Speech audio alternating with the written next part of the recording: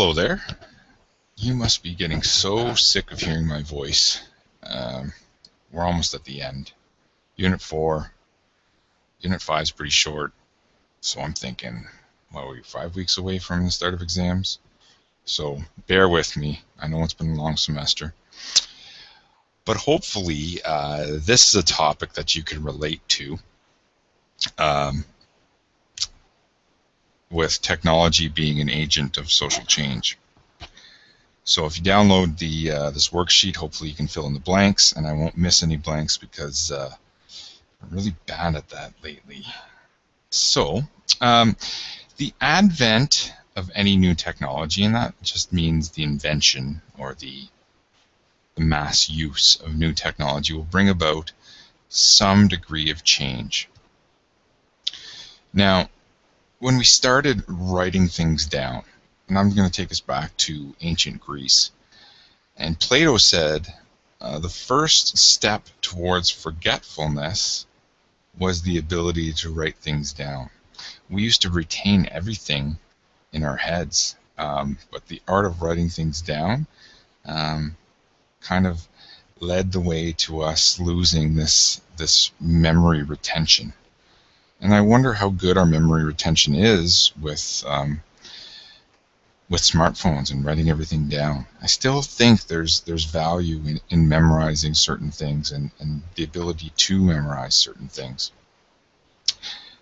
That being said, when a server, a waiter or waitress, takes your order, are you impressed when they don't use a notepad or anything, or would you rather them do that?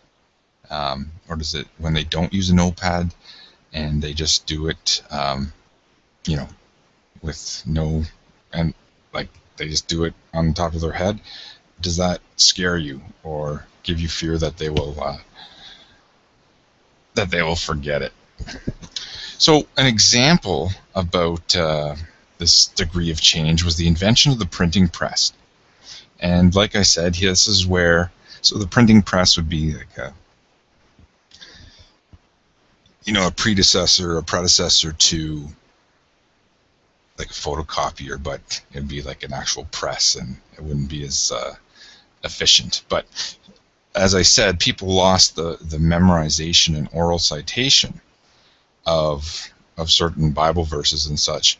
And this is where the church lost the power of the people. And if you remember from civics, this was where I'm thinking it's like the divine right of kings. This would be back in the day where the nobility and the kings and the clergy of the church, they could really tell the common people anything they wanted. Well, the Bible says this, you need to give us this much tax. The Bible says this, you need to do that. As Martin Luther translated the Bible, now people had access to what the Bible actually said, so it took away the power of the church and took away the power of the upper class. So that blank there is Martin Luther. And this led to the Reformation. And the Reformation was when the Christian church broke up into essentially two strands, the Roman Catholic Church and then Protestantism.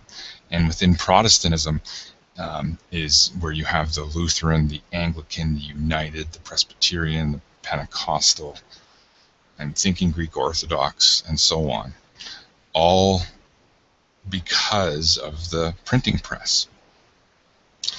And I think we could take any technology, and sometimes we don't necessarily consider the consequences of it.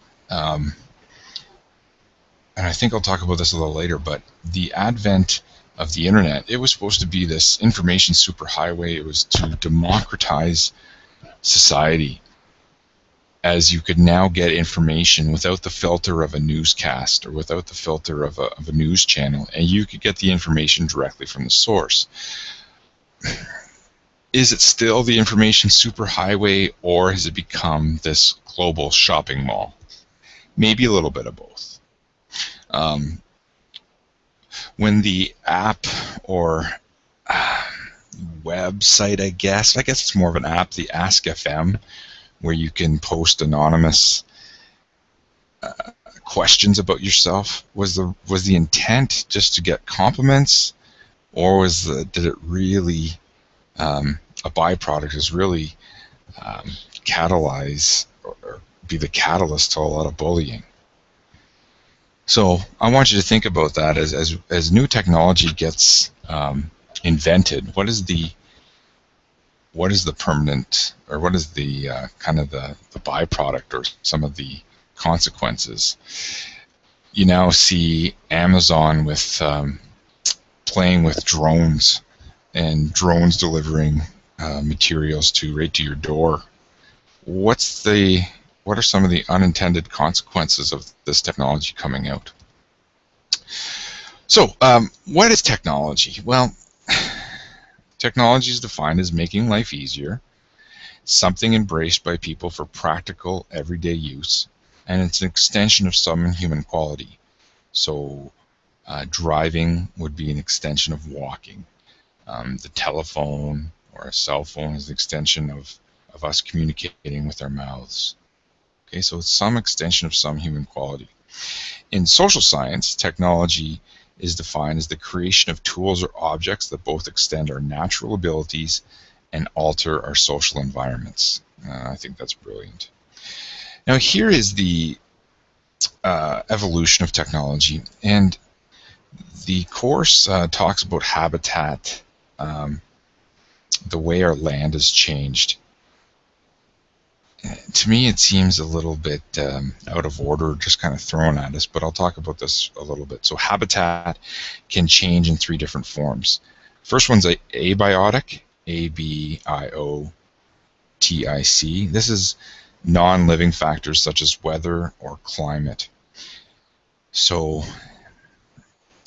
if you embrace the idea of climate change, is our land changing? Well, if you embrace the ideas of Al Gore, that some of our shorelines are going to be flooded in the near future, I don't know. I'm not sure. I believe climate change is real. I just don't know if I totally embrace Al Gore, but that's just totally me. Second is biotic, and that's living factors such as vegetation and animal populations. If we have an influx of deer, what will that do to our apple farms? Or I believe there's a weed called purple loosestrife, which is like spreading like wildfire, and it can cause major damages to crops.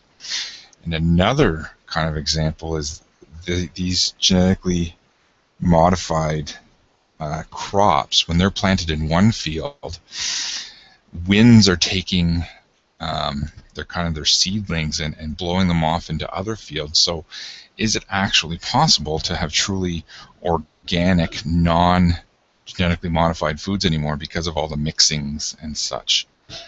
And again, this is coming from an English sociology guy, not necessarily a science guy, as you can likely tell. And finally, human.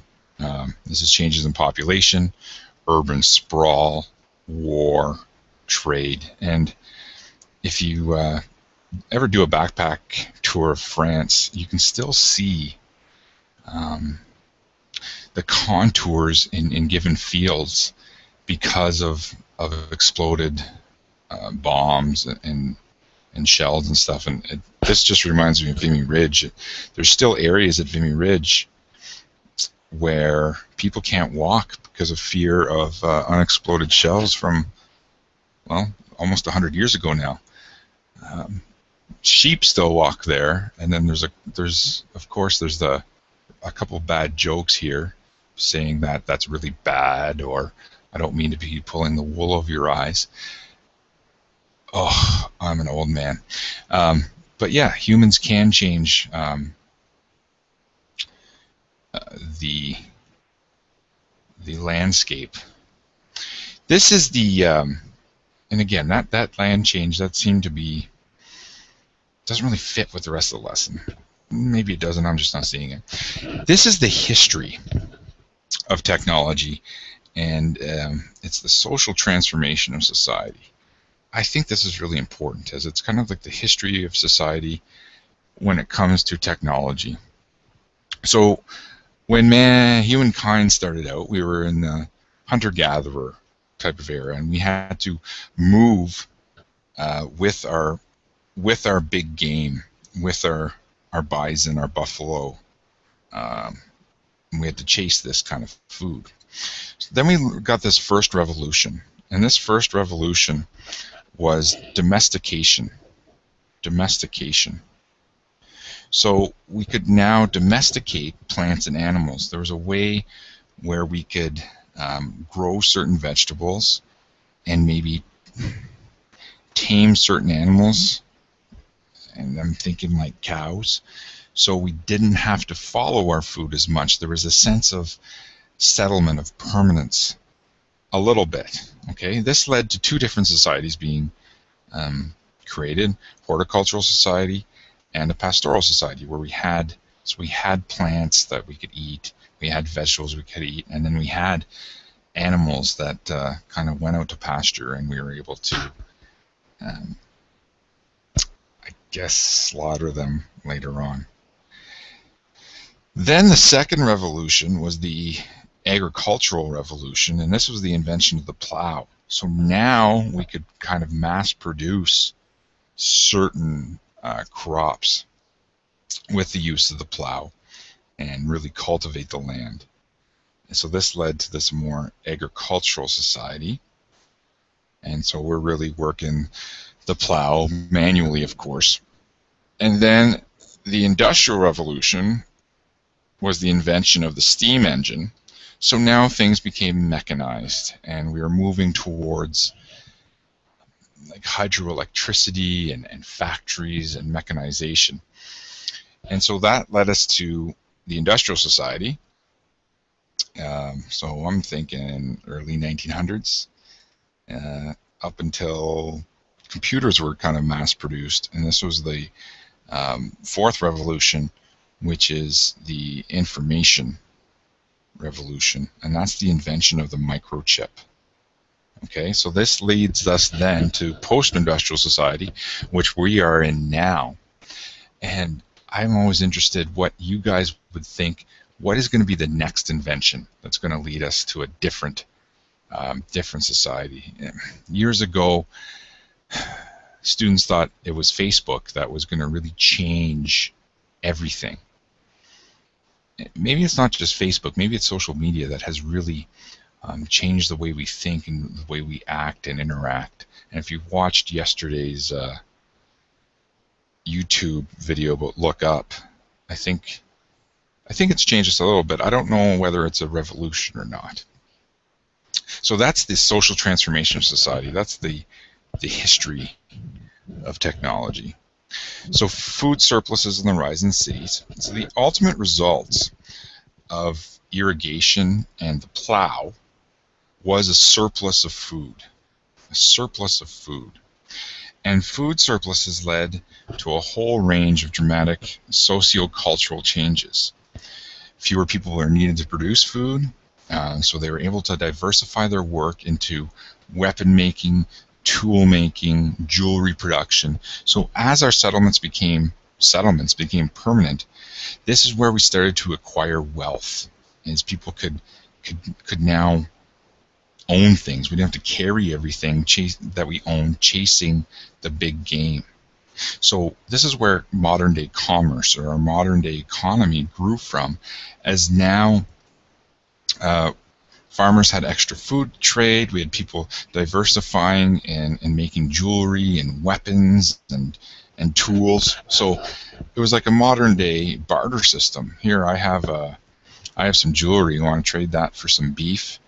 I've got some extra radish. I'll trade you that for a spear. That kind of idea. And as cities grew and as our bartering system became established, which was the foundation of modern-day capitalism, this increased our leisure time and gave us some disposable income and allowed people to pursue other interests. So we just covered hundreds of years there of our modern day economy and how it evolved. Now, farming in Canada, and here in Renfrew County, we are essentially a farming center, if you will. And again, I don't have a lot of experience or any experience in farming. I did chores once. I don't know if that's for me or not. Industrialization has led to the more mechanization of farming industries. So, how popular are these small hobby farms today, or are farms mostly these large mechanized corporate juggernauts, if you will? And that's what the next point is saying. The decrease in the small family farms and large corporate farms have taken over. So farming has become increasingly computerized or mechanized. So you have these automated cow milking assembly lines. And old man Nowak would make a joke and say that's utterly ridiculous, where the cows kind of walk in and they're hooked up automatically and they're milked right there. And so we have greenhouses and hydroponics and automatic watering systems. So farming is a lot more technologically savvy or technologically advanced than what our or your grandparents would have saw back in the day. Now, a very controversial issue is the idea of genetically modified foods, and how we identify genetically modified foods, I don't know. So to produce redder apples or stronger tomatoes, in a way, are all our foods genetically modified? I don't know. That is up to you to, I guess, to form an opinion on. As of, well, our global population is to grow over 10 billion by 2050, and with that, can Earth sustain 10 billion people? And social scientists would say no, and that we need new methods of food production. We need to produce crops that are drought resistant that can produce large quantities of food. Now, when this lesson was produced, there were 42 genetically modified crops that have been approved by Health Canada. 42. I would suspect that would be higher now. There's no conclusive evidence has been done to study the long-term effects of these foods on human health. We don't really know what is the long-term impact of these genetically modified foods. Sometimes I wonder, with cancer rates so high, with concussion rates so high, is it something that we're eating that is causing all of these ailments? And I don't know. That's just something that I question. Again, not a science teacher. But that's something I question quite often. And if you read Maclean's this week, it's talking about the amount of sugar in our diets. And it's something like human adults in Canada are intaking 100 pounds of sugar a year. And sugar is found in a lot of things that you wouldn't even think of, like bread, like salad dressings.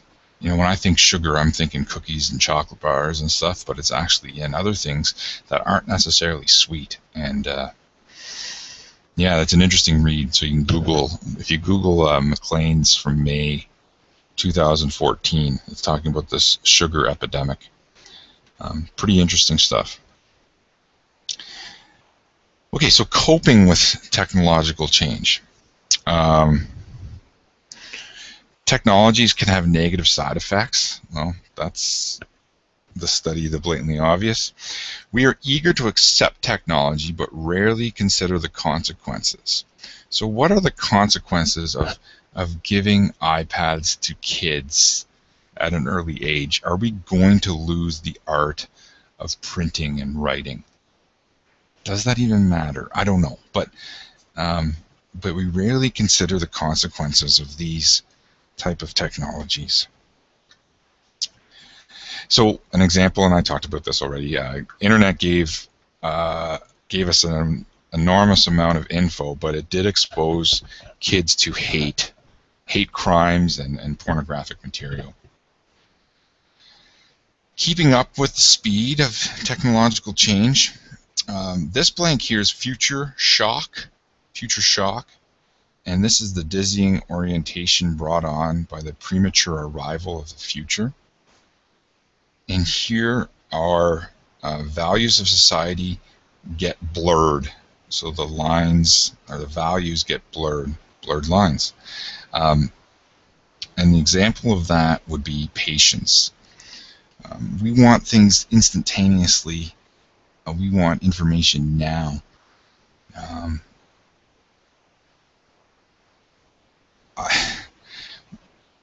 And we want technology to work all the time. And if you work in customer service and you ever have your debit machine go down, you know, how well does that go over with customers and how angry they get? I think there's another value society, and they blame it on you and take out anger on the poor high school part-time worker. Apparently it's your fault that the debit machine went down. That drives me crazy. Or if Louis C.K. has an interesting and a little bit inappropriate stand-up routine about going on a plane and there was Wi-Fi, and then the Wi-Fi goes down and the guy beside him just loses it. And Louis C.K. is like, well, you know, we're kind of traveling. The miracle of air travel is pretty awesome, and you're worried about Wi-Fi going down. Like, it puts things in perspective. Now, hyperculture is the staggering rate of change in modern technology, which can cause massive adaptational breakdown and can deteriorate family. I don't know. If I ever have a family, I don't know what my rules will be, or my wife and I, or our rules will be for like devices at the table or stuff.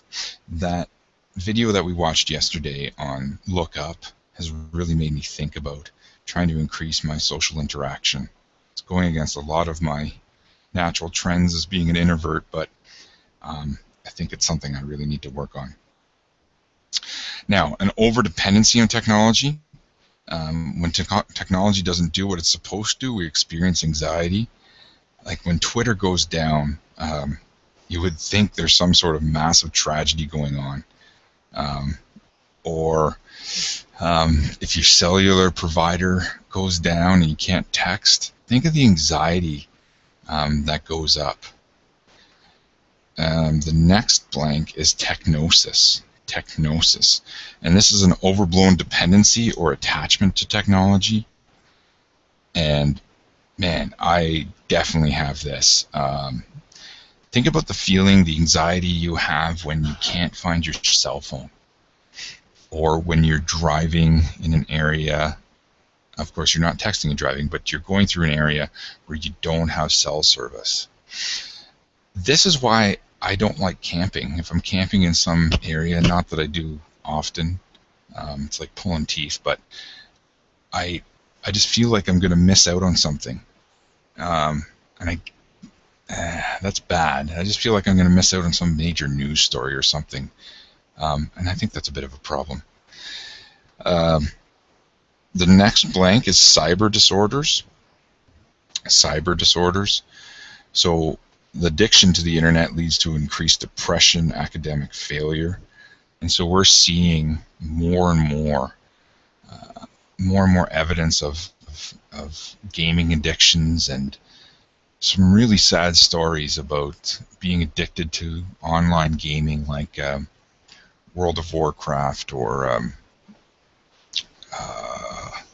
Call of Duty, stuff like that, to a point where we're seeing adolescents, and this is an extreme example, but it is becoming more common than you would think, about adolescents putting on diapers so they do not have to go to the washroom, and they can stay connected to their gaming, which is quite sad. And we saw this, the idea of adults wearing diapers in Vegas and playing the slot machines or playing blackjack, and they're so addicted they couldn't even go to the washroom. They thought they were going to miss out. So I think, well, that is a bit of an issue.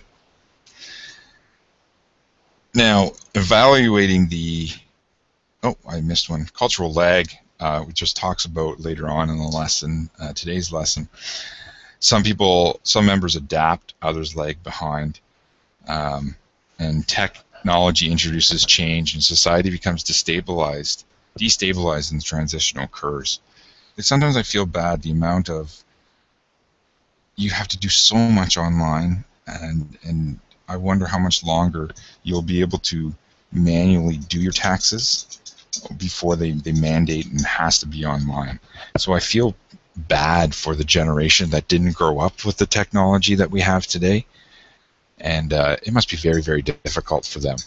Even some of the older teachers at in the profession, how much they have to use email and computers now, I think that'd be very uncomfortable for them.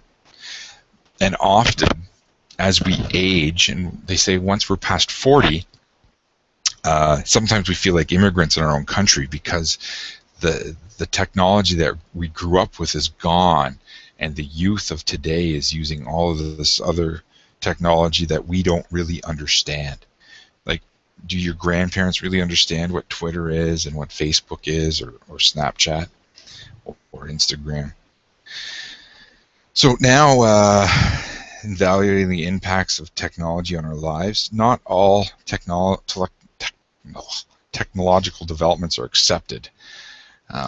There was something called before MP3s came out. So we went from CDs, eventually went to MP3s. There was a trend. Sony tried a mini disc player where you could upload a large number of songs, but they'd be played on like this floppy disk kind of thing. That didn't take off. In between VHS and DVD, there was something called a laser disc, and it was like the size of a vinyl record, and that played movies. That also didn't take off. And those are a couple of the examples I can think of off the top of my head. So we must analyze the impacts. And sometimes we study problems, but rarely find solutions. We've become slaves to machines, and we need to rest and separate from technology and work. Another interesting article in Maclean's is talking about our connections to work constantly, and they're kind of dispelling the myth that it's not as bad as we think to get emails, work emails during our social time, because in the reverse, we're probably doing, while we're at school or while we're at work, we're probably doing some emailing, some surfing for our personal use. So it kind of cancels each other out. I think I can buy that. Sometimes I don't like getting emails directly to my BlackBerry.